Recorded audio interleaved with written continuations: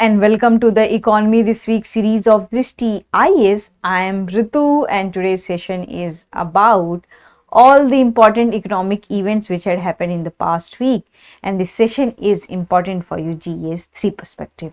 Moving towards the points of discussion part. So first of all, we are going to have a discussion on World Economic Forum. Then we are going to discuss about Oxfam report on ultra rich. Then we are going to discuss about the trust barometer, the annual Edelman trust barometer, and economic burden of breast cancer. So these are the topics which we are going to cover up in today's session. Coming to the first discussion, before coming to the discussion part, as you already know that today is the 26th of January and on the occasion of Republic Day, Drishti IAS has started its discount offers and it is giving you 40% off on all online pen drive and test series courses, while 25% on distance learning program and books, and only few hours are left. So go and grab this opportunity, and you can also, if you have any queries, you can also call on to the number 87501 and you can also download Drishti Learning app. So coming to the first topic discussion, which is the economic burden of breast cancer. So breast cancer is deadly in nature because many women are living their life and many women are losing their lives because of the breast cancer. And whenever cancer is happening in our country or in any part of the world, it is very costly in nature because treatment is not available easily, and also the treatment cost is very high. So here we are going to analyze that how many women are suffering from the breast cancer and what is the economic toll on them. So this is the news. Economic burden of rising breast cancer cases in India will be $19.55 billion per year by 2030 study. So here we have one study, and the study name is Economic Burden of Breast Cancer in India 2000 to 2021, and it also forecast to 2030. So if we'll discuss about the breast cancer scenario in nowadays, so number of breast cancer cases in India is projected to rise by 50,000 annually this decade, and economic burden estimated to an average of $19.55 billion per year. This has been published by a recent study by the Nature, and the name of study is Economic Burden of Breast Cancer in India 2021 to forecast 2030. And in this, they had estimated the associated economic impact in India using the auto-regressive integrated moving average model, in short, ARIMA model. So here, if we'll talk about the cancer, so cancer is now reported as the fifth leading cause of death in India, which is 5.7% of all the deaths. And as per the medical certification of cause of death in 2018, and every year rise of around 11.5% in cancer incidence in recorded in India, along with 13.8% increase in cancer related deaths. So here all these data are showing that how cancer disease is rising day by day and it is becoming deadly. Now we'll discuss the another aspect of it, which is the severe financial strain faced by the patients. So researcher from Kerala, Tamil Nadu, Assam, Karnataka used data from the Global Burden of Disease database and a longitudinal survey of 500 breast cancer patients at a Tata Memorial Center to estimate the direct cost of breast cancer and treatment and follow-up care. So the study found a significant financial strain on patients, particularly in rural and economically disadvantaged households. And Denny John, public health professor at MS Ramaiah University, noted that economic burden is underestimated as the study excluded private healthcare cost and currency depreciation. So there are so many factors which is making an very straining economic burden on the breast cancer patients and the entire family. So using ARIMA model, the study predicts a rise in breast cancer in India due to the factors like genetic predisposition. So this is also one of the factor. Obesity, we had just discussed about the obesity, and poor literacy choices, smoking, alcohol consumption and processed food intake. So these are the contributory factor for the breast cancer in India. First is genetic predisposition. Obesity is also one of the reason, poor lifestyle choices, smoking, alcohol consumption and taking packaged food. So here we'll discuss about the current trends. So if you'll see from 1990 to 2016, the age standardized incidence rate of breast cancer in Indian women rose by 39.1%, with the cases increasingly affecting the younger women comparing to the West. So in India, most of the breast cancer cases are happening among the younger women, those who have a reproductory age. So in that case, we can see that most of the breast cancer patients are coming. And there are different factors which can contribute that why people are losing their lives against breast cancer. Late stage diagnosis, delayed treatment and fragmented care result in the poor survival rates in India. So that's why we can see the number of dead patients are more in India. The economic burden of breast cancer in India was $8 billion in 2021 and it is projected to rise 19.55 billion by 2030. So it will be more than the double. And here we can also see that how much what are the other factors. So we have this lack of insurance, we have low physical activities, which is together contributing into the rising number of the breast cases. We have also a problem of many patients have a problem of comorbidities and hypertension, diabetes.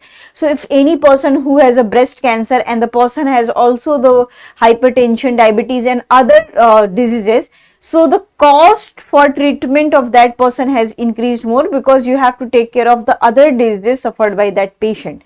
So this is also one of the thing. And one more thing is that it is mostly affecting to the young women who are in their reproductive age, who are in a very active age.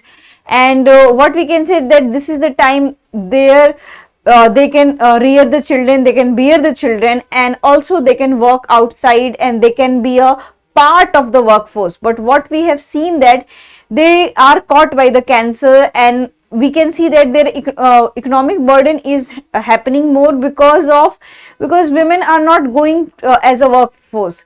Because of the breast cancer, they cannot work efficiently, and most of the women are into the informal sector. There is no provision for license, there is no provision for the medical leave, and in that cases women had to leave their job.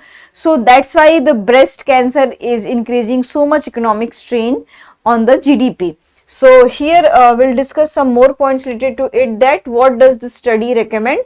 So study recommend that breast cancer's economic impact on GDP is significant because most of the corporate companies do not have such kind of the policies, and that's why we can see that the patients are using their own money. And to achieve early detection, we need early diagnosis, early treatment, as well as minimize the progression to severe major consequences. So we need to have a routine checkup for the breast cancer, so it will be detected at early age, and if there will be any doubt, then we might be able to cure at very first stage. But if the matter goes to third stage, fourth stage, then it is very difficult to save such kind of the patient. So that's why this is the thing. So according to a doctor, we need to take care of the eating thing. We need to also take care of our physical activities so that we can be healthy and there are less chances to attack any disease on us. So coming to the next one, which is about the urgent need for adequate funds to manage burden. So in this study, they had also asked that different corporate companies and in fact the government organization should think about the breast cancer. There should be the awareness, there should be the insurance provided to the people, because what we have seen that corporate companies are giving you a health insurance, but they are not covering this cancer cost. So we need a separate and vibrant policy on the breast cancer or any kind of the cancer, so that we can reduce the number of the deaths, and the women who are suffering from those kind of the cancer, they can also become participants of our workforce, so that there will be the less reduction in the economy. So all these factors are contributory in nature. So we need a strong policy on the breast cancer and how government should provide insurance to the needy and marginalized section of the society. So Coming to the next one, which is about the trust barometer, and this is the news that India slips to third place on trust barometer. And what is the trust barometer? So trust barometer analyzes the trust in governments, business, media and NGO. So India has dropped to the third. Before India we have China and Indonesia. So here we'll analyze what are the highlights of this particular trust B2. So trust in India's institution remain high at 75%, but it ranks lower than China and Indonesia. And the survey revealed that trust among the low income groups have they are very doubtful about their government. So this is also one of the things, that low income population is significantly lower than in wealthier groups, and only 65% of the low income Indians are trusting their institution compared to the 80% among high income groups. And globally, trust in institution has declined with increasing concern on disinformation, violence and discrimination.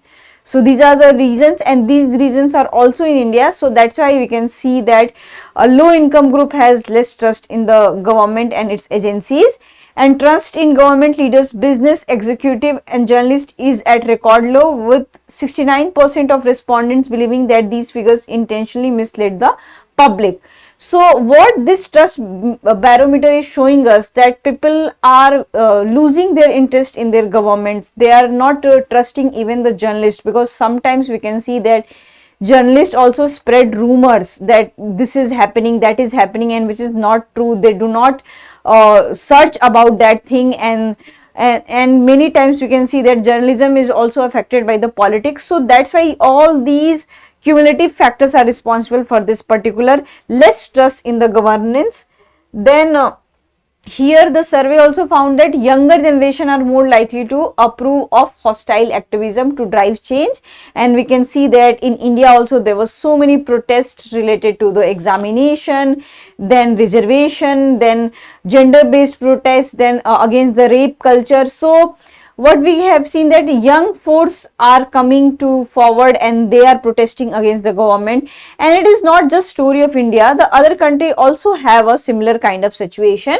And while developed nation like Japan, Germany and US rank low in trust, so this is also one other thing, while China, Indonesia and India remain at the top, and the wealthy are seen as the primary cause of the societal issues, because they avoid paying taxes and contribute to inequality. So if wealthy people avoid paying taxes, so who will pay on behalf of them? So it is always the common people, and it is always the marginalized masses who are paying for them. That shows the inequality, and that had bridged the, what you can say, the gap between wealthier and the poorer has become more worse.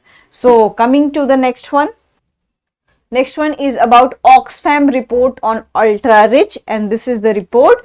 Billionaires' wealth surges by $2 trillion in 2024, 3 times faster than the year before, while the number of people living in poverty has barely changed since 1990. So this cutout says that, we are increasing in numbers, that billionaires are increasing in the numbers, but the poor are also increasing in number. What we have seen, that only few billionaires are there and they had concentrated the wealth, but the poverty is still there. So this is a very ironical and paradoxical kind of situation, that at one end people are becoming rich and at one end people are becoming poor. So how to bridge this thing, we have to discuss onto that. First we'll discuss that what Oxfam report has to tell about this. So Oxfam's latest report highlighting alarming rise in global billionaire wealth, with $2 trillion increase in 2024, marking a growth rate 3 times faster than the previous year. So this is a very record breaking kind of situation, and a total wealth of world's billionaires surged from $13 trillion to $15 trillion in just 12 months. So they had increased their wealth 2 trillion from this, $2 trillion from this, and in 2024, the number of billionaires reached 2,769, up from 2,565 in 2023. So here what we have seen, that almost more than 200 billionaires have increased in just 1 year. So here we'll discuss some aspects of this Oxfam report. So billionaires wealth surges at unprecedented rate. So we had already discussed that they had increased their wealth from 13 to 15. Then global poverty remains stagnant. So according to the World Bank, despite a massive wealth accumulation at the top, the number of people living in poverty has barely changed since 1990, and there is a growing disparity between ultra rich and global poor. And then trillionaires emergence predicted within a decade. So here what we can see that Oxfam predicts at least 5 trillionaires will emerge in the next decade, and a projection driven by monopolistic powers, cronyism and inherited wealth. So if billionaires are increasing, who are the responsible and what are the responsible factor for that? So we have this crony capitalism. It means that there is a nexus between the capitalist and the political world. We have this generational wealth, and we have also this monopolistic power kind of situation where 1 or 2 individuals have money and they are controlling everything. So we have another highlights, the unmerited source of billionaire wealth. So if we'll discuss about that, from where they are having such kind of money. So 60% billionaires wealth comes from the inheritance, monopoly power or crony connections, and inheritance alone accounts 36% of billionaires wealth, and within all billionaires under 30 having inherited their fortune. So what it shows that most of them who are billionaires, they had not started from the scratch. Their family was already rich, so that's why they had got all those property into the inheritance. And colonialism lasting legacy in the billionaire wealth. So this was also one of the very shocking, that most of the country who have a large number of billionaires, so what it shows that they had taken money from their colonies, and that's why they are able to gather their generational wealth, and they are transferring into their sons and daughters in the name of the inheritance. So this is also one of the thing, that this shows a deep rooted inequality in the society. Also wealth extraction from the global south to the global north. So the richest 1% in the global north extracted $30 million an hour from the global south in 2023. So what we can see that their global south, who are already a group of rich country, are taking money from the global south, and the global north controls 69% of world's wealth and 77% of the billionaires wealth, while their population is just 21%. So what we have seen that this number is huge. They are just 21%, but they are controlling the almost 70% of the wealth. So coming to the next one, which is about the widening inequality between global north and south. We already had discussed that they are extracting money from the south, and this is also a problem of repayments, debt, and this cycle is still continued. Then we have another factor, which is exploitation of labor in global south. So what we can see that whatever the money any workers from global north is getting, comparison to that 87 to 95% less than are given to the global south workers. So this is a very huge wages disparity. So what we can see that they are contributing 90% of the labor in their global economy, but they are just earning 21%. So 70% gap is there, and disproportionate impact on women and migrant workers. So among them also, women are most vulnerable into the informal economy, and they are into the low paid jobs. Migrant workers in high income countries face significant wage gaps, women earning substantially less than the male nationals. So what we can see that here we have discussed that there is a disparity between global south and global north. The global north is extracting money from the global south. There is a disparity in terms of wages. There is a disparity around 87 to 90%, which is very huge. And also female are getting less paid according to their job. So here we'll discuss the case for radical action to reduce inequality. And according to the Oxfam, they had said that Oxfam calls on government to reduce inequality by capping the incomes of the top 10% and ensuring fairer representation.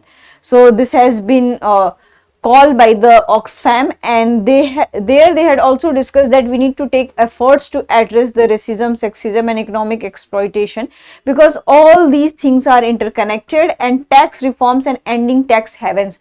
So many people evade their tax, so we need a tax reform so that what we can see that the middle class and the lower middle class should not have to give taxes, and the people who are on to the top 1 or 2%, they are enjoying and they are evading from the taxes. So we need a tax reforms and ending the flow of wealth from south to north.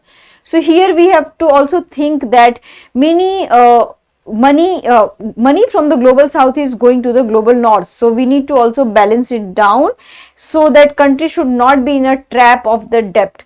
Now we'll discuss the another aspect of it, which is the World Economic Forum 2025. So from 20 January to 24th of January, there was an annual meeting of World Economic Forum in Davos, Switzerland, and various Indian delegation also reached there and they had participated in this particular WEF.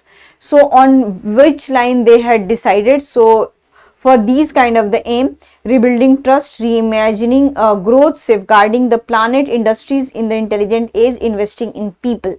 So this is the thing. Now we'll discuss that what are the highlights. We'll also discuss that in detail, but here I am going to discuss that what are the highlights of this particular meeting.